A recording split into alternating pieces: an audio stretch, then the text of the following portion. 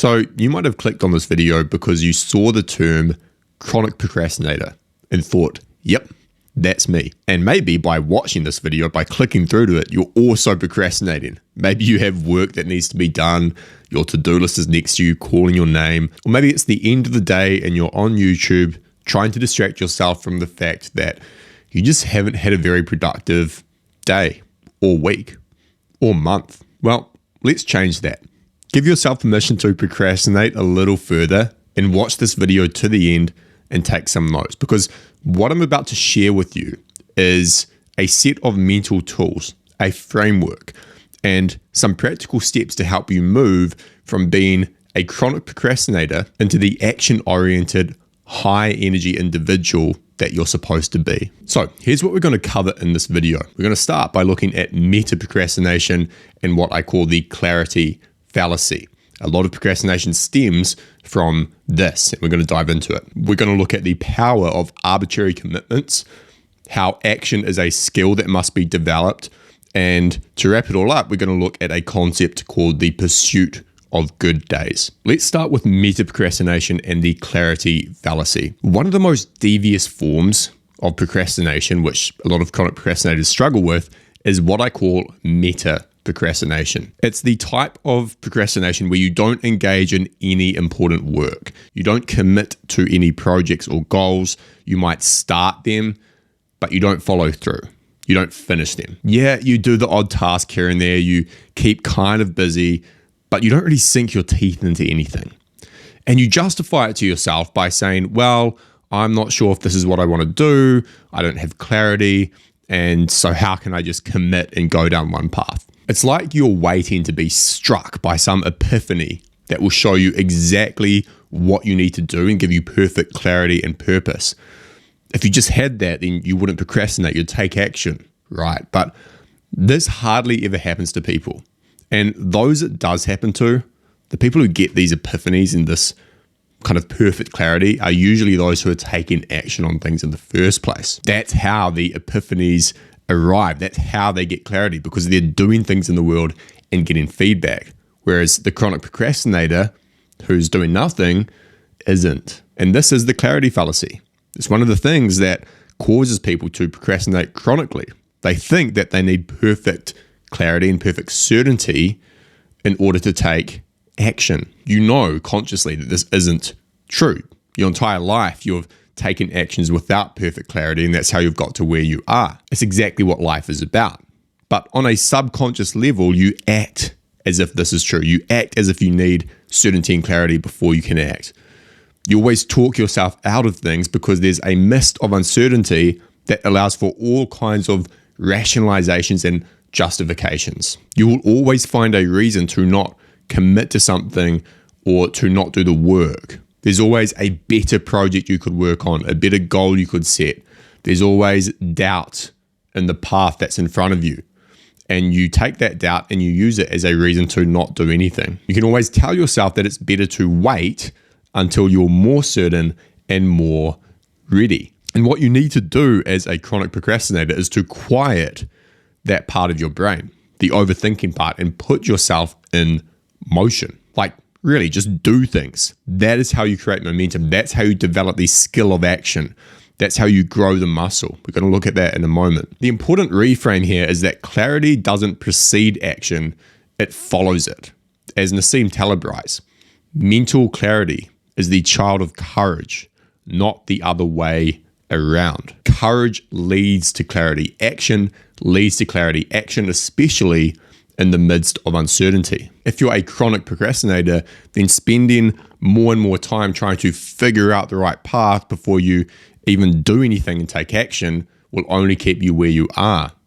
Excessive introspection and analysis does not help you. What you must do is put yourself in motion. As Paul Graham writes, the way to figure out what to work on is by working. A practical way to put yourself in motion and escape the world of overthinking and chronic procrastination and theory and rationalization is to arbitrarily commit to things. And it's important that we use the word commit or commitment because it's much heavier than a goal. Goals are light, commitments are heavy. Commitments are solid and they are concrete. So here's the thing. Chronic procrastinators who struggle greatly with this meta-procrastination and that they don't have a clear goal or path in front of them are by definition non-committed. If I ask you right now, what are you committed to? And you can tell me with clarity and conviction, especially in regards to your work, then you either don't struggle with meta-procrastination or you're really lying to yourself and you're not committed at all. If you say, I'm committed to building my business, but you spend hours every day trying to find clarity and purpose and wondering if you're on the right path, then you're not really committed to building your business. So you must make a commitment, but it's important to scale that commitment down depending on how much of a procrastinator you are. The mistake that many people make, and the mistake I've made countless times, is this. You get frustrated with yourself and your behavior.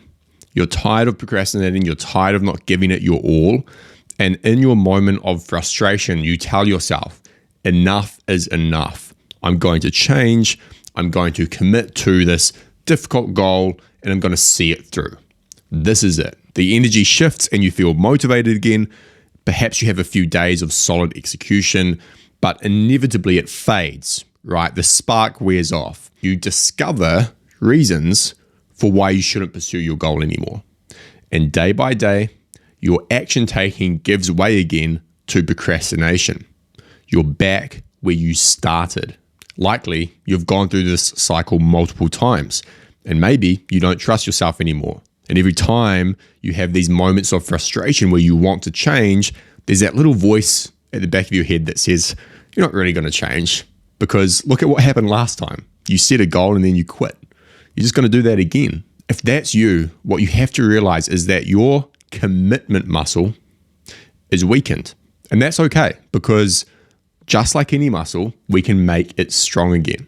But we must enter the weight room with humility, knowing that maybe we can't lift as much as we once used to. But we will again. In fact, we'll become even stronger than we once were.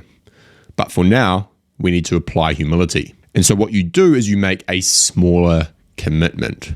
Instead of this grand goal that you think is going to fix everything, you pull it down, close to the ground. You set a commitment that you know you can keep, or at least have a high degree of confidence in. Instead of saying, this is it, I'm going to do this thing for the next 12 months, which is a big commitment, you commit to something for as little as 2 weeks. You commit to something much smaller. You say, I'm going to work on this project for the next week or 2 weeks, and I will not deviate. When you shrink your commitment like this, you make it smaller and closer to the ground, you shorten the time horizon, it's much harder to find reasons to quit or justify breaking your commitment because it's only 2 weeks or a week. It's only a short commitment. Who cares if you work on the wrong thing for 2 weeks? Just see it through and then you can change course. Now you might be asking yourself the obvious question. What do I commit to? What do I do for 2 weeks or whatever? But remember what I said before, which is that clarity exists on the other side of action. And so it really doesn't matter what you commit to right now. It truly doesn't. You are not committing to something for 2 decades. You are committing to something for a matter of days or weeks. And the primary purpose, this is important, the primary purpose behind this commitment to something is not to actually complete that thing. That's a secondary benefit. That's the external, extrinsic benefit, right?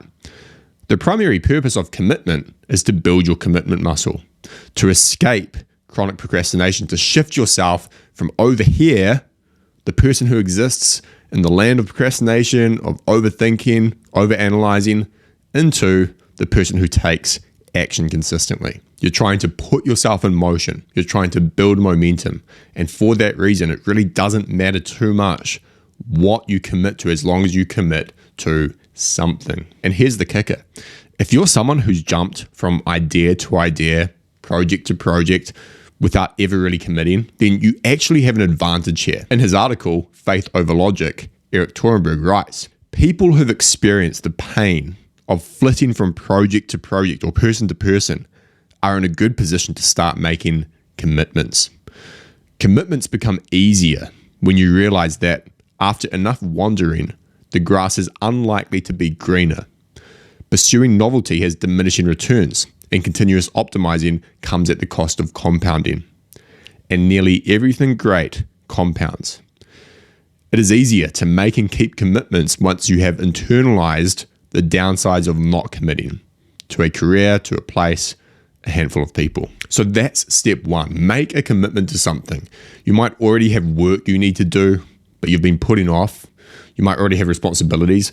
Commit to them. Pick the closest thing to you. Commit on a short timeline. Write it down. Burn it into your mind. Get accountability if you need.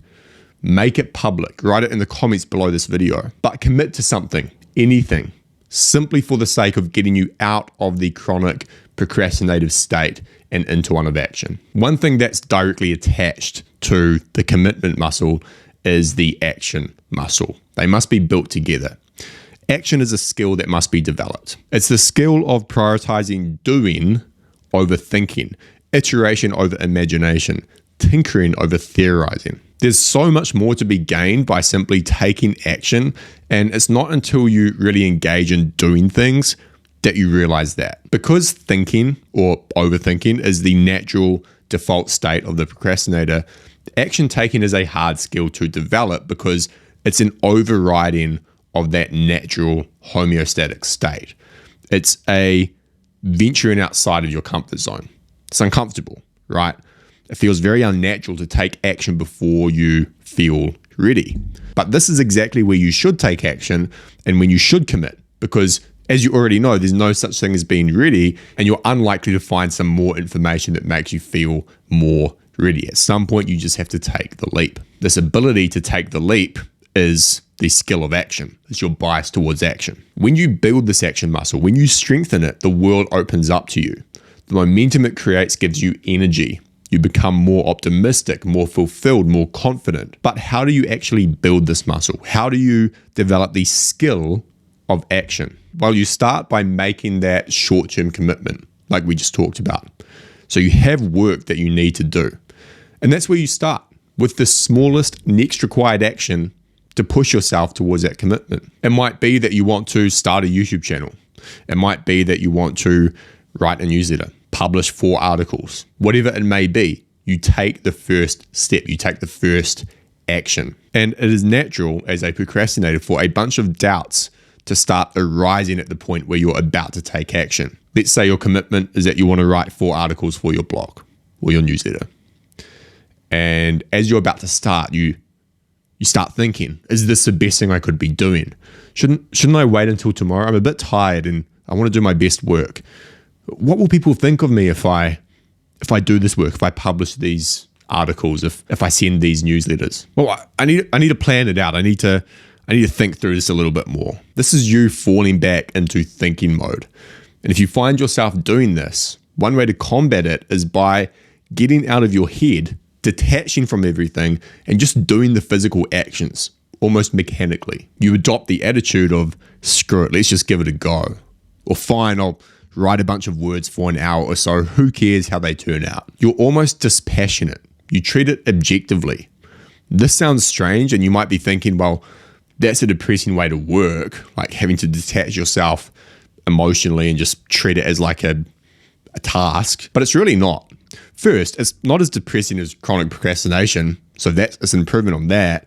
Second, as you actually start doing the work, you will find that you shift out of this detached, dispassionate state anyway into one of enjoyment and satisfaction and flow and momentum. And you get the sense of accomplishment from doing something productive. This detachment and acting mechanically is simply a frame, a mental frame for starting the work, for overcoming what Paul Graham calls activation threshold or activation energy. He writes in How to Do Great Work, it will probably be harder to start working than to keep working. You'll often have to trick yourself to get over that initial threshold. Don't worry about this. It's the nature of work, not a flaw in your character. Work has a sort of activation energy, both per day and per project. And since this threshold is fake, in the sense that it's higher than the energy required to keep going, it's okay to tell yourself a lie of corresponding magnitude to get over it. However you can cross that activation threshold, do it. Develop your own tactics and tricks. Experiment. Let me share some of my tactics that have helped me overcome this activation threshold and help me build and strengthen my action muscle. The first is stimulants like caffeine. I almost always drink coffee when I work, and I hardly ever drink coffee outside of that unless I'm meeting someone. And so there's this association in my brain with coffee and work. This is such a strong association for me that if I'm having a coffee outside of work, then I start feeling the urge to work on something and be productive. And you can start to build this association yourself. Don't have stimulants when you're procrastinating. Only let yourself have them when you're engaged in something productive. Another tactic is what I call SMAD, which is sitting my ass down. Setting a timer and not allowing myself to get up or be distracted until it's up. The only thing in front of me is the blank page or the work that I need to be doing. I can choose not to do that work, but I can't do anything else. And I block all the social media websites on the laptop using self-control. I put my phone in another room. I end up always doing the work because it's far more interesting than doing nothing. Related to this is short work periods. It's kind of like a last resort for me. If I'm really struggling with procrastination, I'll tell myself that I'll just sit down for 5 to 10 minutes, 10 to 15 minutes and work on a task. Quite often this gets me back into a state of motion, of momentum, and I'll just keep working for 30, 45 minutes, an hour, or a few hours if I really get in the zone. And another thing I like to do is to write out in detail what needs to be done. Break it down into obvious, small tasks. It's much harder to procrastinate when you see all the building blocks in front of you, as opposed to some vaguely defined complex task where you don't really know where to begin. Now, I want to leave you with one more mental frame, which is the pursuit of good days. If you're a chronic procrastinator, then you need to take things one day at a time. You don't change overnight. You can change much faster than you think. I've seen it happen, but it doesn't happen overnight. And so what you want to do is adopt this mental frame of the pursuit of good days. You try and string them together. Forget about your long-term goals, your long-term vision, and just bring your focus to the day, to what's in front of you, and just try and make each day a little bit better. And a good day to you will be different to a good day for others. If you're really, really chronic in your procrastination, like you spend the entire day just playing video games and eating junk food, then a good day for you might look a lot different to the work from home freelancer who has clients and still gets some work done but feels like they procrastinate way too much. It might simply be that you do something productive that day, like read 20 pages of a book or do an hour of work or even 45 minutes. Whereas for someone else, it might be that they get 3 to 4 hours of focused work done. That's what a good day is. This pursuit of good days has been the one thing that's pulled me out of these cycles, these procrastinative cycles in the past. By adopting this frame, I've had to shut my overactive mind off. The overthinking, the constant questioning, the rationalization, and just worked on what's in front of me that day with the focus, with the intention of getting to the end of each day feeling proud of my efforts. You can build momentum extremely quickly when you do this, and it makes procrastination a much less attractive option. So pursue good days, day by day. That is it for this video. To recap, we looked at a couple of things. We looked at meta-procrastination and the clarity fallacy, that you procrastinate on big projects and goals because you think that you need clarity before you can take action, when really you need to take action first because that's what leads to clarity. And so you're much better off just arbitrarily committing to something if you want to stop being a chronic procrastinator than trying to spend all your time thinking and theorizing about what to do. This is called building your commitment muscle, and you must build it alongside the action muscle, the skill of action. You want to develop your bias toward action. One way to do this is to train yourself to overcome activation threshold, to trick yourself into doing the work, even when you don't feel like it, and especially when you don't feel like it. And then finally, you want to shorten your time horizon to the day. You want to string together good days. That needs to be your North Star, at least for a while, until you build momentum and you overcome chronic procrastination, and then you can extend it over longer periods of time. So put this into practice. Define a short-term commitment for yourself. Start taking action, identify what the steps are, and then do it.